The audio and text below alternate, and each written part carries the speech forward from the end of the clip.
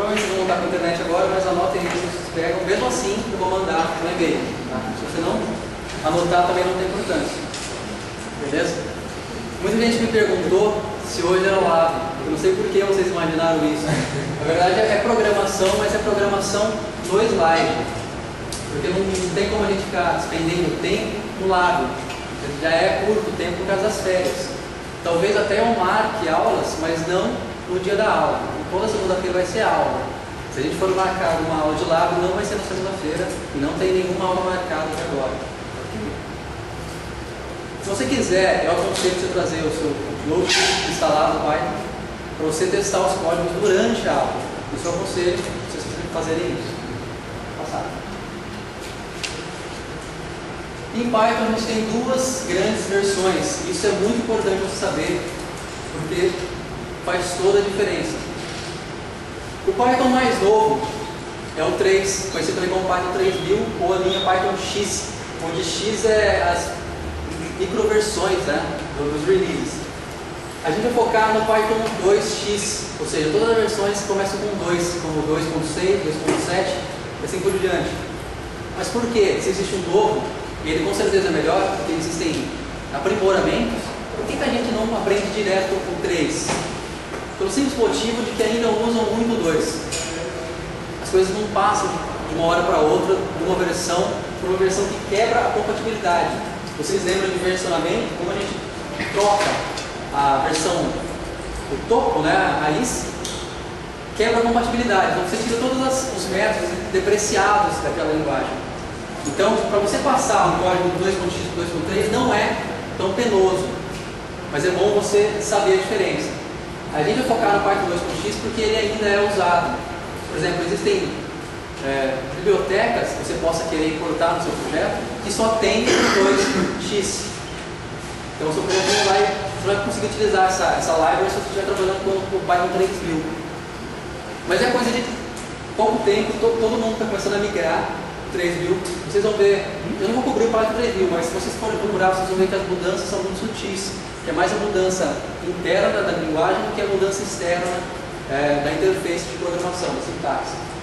Você não tem Python instalado no seu computador, você pode baixar nessa página aqui. Tá? No Linux, a maioria das distribuições de Linux já tem Python instalado, quando você instala no Linux. Porém, no Windows não, você tem que instalar a máquina virtual e tudo mais. É bem fácil instalar, é aquele Next Finish padrão que todo mundo conhece. Focar no Python 2x. O livro que eu indiquei, Learning Python, ele cobre a versão 2x e 3x, então ele agora, nas duas versões, faz um comparativo. Não é a versão que tem na biblioteca, mas se vocês forem procurar o livro edição 4 do Learning Python, vocês vão ver que ele cobre os dois. Vamos passar. Ambiente de desenvolvimento. Olha, eu diria, por experiência própria, que o melhor é o Eclipse para Python, utilizando o plugin PyDev. Então, totalmente gratuito. O Eclipse é uma ideia gratuita e o plugin também. Então, você simplesmente instala esse plugin dentro da sua IDE e você vai ter um ambiente completo de desenvolvimento em Python. Tá? Existe uma opção, o PyCharm pago, não é gratuito, mas ele é muito bom.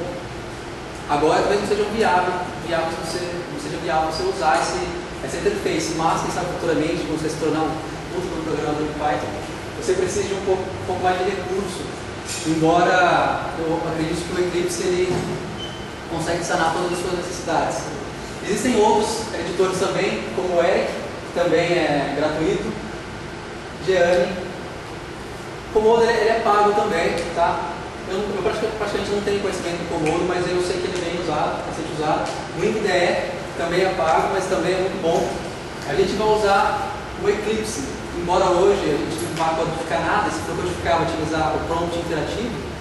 Se algum dia nas próximas aulas a gente for utilizar um ambiente de desenvolvimento, vai ser o Eclipse com o PyDev. Então, se vocês quiserem ir instalando, é muito fácil fazer esse procedimento. Se você quiser mais ambientes, tem uma lista completa nesse endereço aqui, onde ele faz todos os comparativos entre cada ambiente de desenvolvimento. Codificando iterativamente. Na verdade está errado aqui. Interativamente, tá? Se você está trabalhando no Linux, eu espero sim, mas tudo bem. Ele já vai ter o Python instalado. Se você não está trabalhando com isso, você vai ter que instalar o Python e vai ter que setar a variável do ambiente. Por exemplo, tem uma variável do ambiente, tem que colocar lá no path e tudo mais, para o executável, o interpretador do Python. Mas isso é simples. Eu não vou cobrir isso aqui, mas qualquer livro que você pegar, qualquer Google que você quiser, você vai encontrar a solução. Se você estiver no Linux, é só você digitar Python, você já vai entrar no prompt interativo, ok? E você vai poder digitar códigos nesse prompt. A partir do momento que você digitar Python, ele vai te dar um input de entrada de códigos. E a partir daqui você vai conseguir executar pequenos trechos de código e o resultado ele sai praticamente na hora. Porque como é uma linguagem interpretada, ele simplesmente pega esse código, interpreta e já retorna. Você não precisa compilar ou coisas desse tipo, você fica fazendo links com libraries e tudo mais. Você pode executar código de maneira direta. Eu sei que tem outros programas, outras linguagens que fazem isso, como o Ruby e tudo mais. Mas isso é bom para testar trechos de código. Então você tem um método de uma classe, não sei o que. Você simplesmente faz o teste e vê o retorno dela antes de aplicar isso num projeto maior. Por exemplo, aqui eu coloco 3, 2 asterisco 2. O que é isso? Aqui é potenciação. Né? É o 3 elevado a 2. Ele já me retorna 9, que é o resultado dessa expressão. Eu posso adicionar o valor Rafael à variável nome. Ele não tem nenhum retorno, tá? Mas quando eu digo nome, agora ele me retorna Rafael, porque é o valor atribuído a essa variável nome.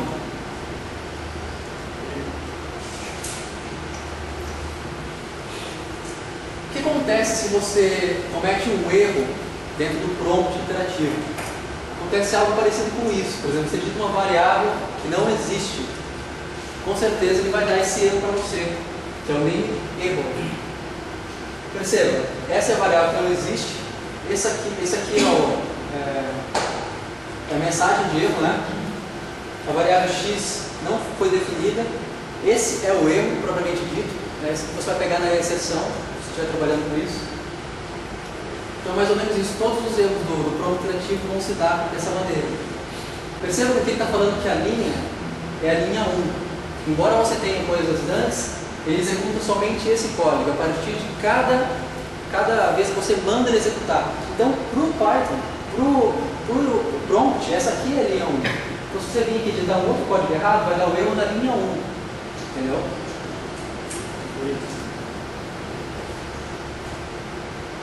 Bloco de códigos. O Python é uma linguagem que você trabalha com bloco de códigos, ele é bem definido, ele é estruturado, só que ele não é, você precisa definir isso de uma maneira explícita. Você trabalha com isso implicitamente a partir de tabulações, de indentação. Então vamos supor um condicional de fluxo desse tipo. Se 10 é igual ao resultado de 200 dividido por 20, faça o que está nesse bloco de código. Perceba, isso aqui é um sinal de entrada de comandos. Quando ele troca esse sinal, é porque você está dentro de um bloco. Então você consegue entender que agora, tudo que você for digitar está dentro do if, dentro desse condicional de fluxo. Se você, por um acaso, continua e não digita nada, ele vai dar um erro. Por quê? Porque ele não achou instrução nenhuma. Então o erro vai ser erro de indentação. Indicador de código de bloco aberto, ok?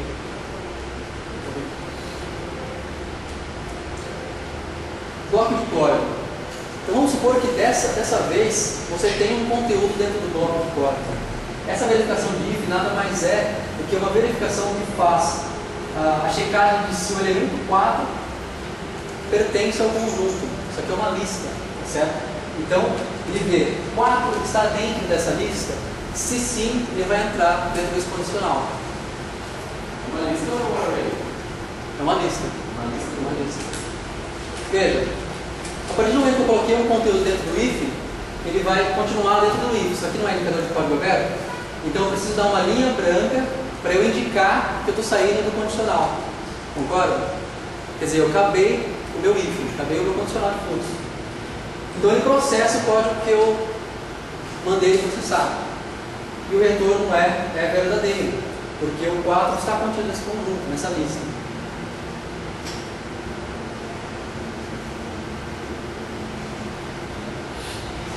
Veja, se eu não faço aquela linha branca, ele dá um erro, porque ele não encontra o lugar que ele não fecha, né, o if.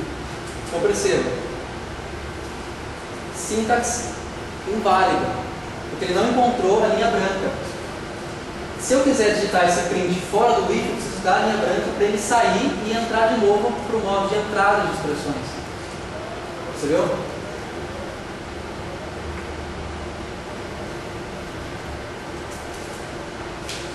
Linhas de comando do sistema e arquivos. Isso aqui nada mais é que um exemplo bem simples de como rodar o Python a partir de arquivos e não mais pelo pronto interativo. Então, se a gente tem, por exemplo, o script.py, que é a extensão do código Python, e você tem dentro desse arquivo essas duas linhas de código Python. Eu vou importar a biblioteca de sistema, que trabalha com o meu sistema operacional da máquina, e vou dizer, ó, imprima dentro da minha biblioteca de sistema a minha platform. E quando eu executo esse arquivo dessa maneira, então eu venho aqui no meu terminal e digo, ó, Python, meu interpretador, interprete esse arquivo. Então ele vai e simplesmente roda esse conteúdo. Né? Da mesma maneira que você faria com o Java. Já tem o Jar, você vai Java e manda o Jar. Funciona da mesma maneira. Perceba que o Python você não precisa compilar.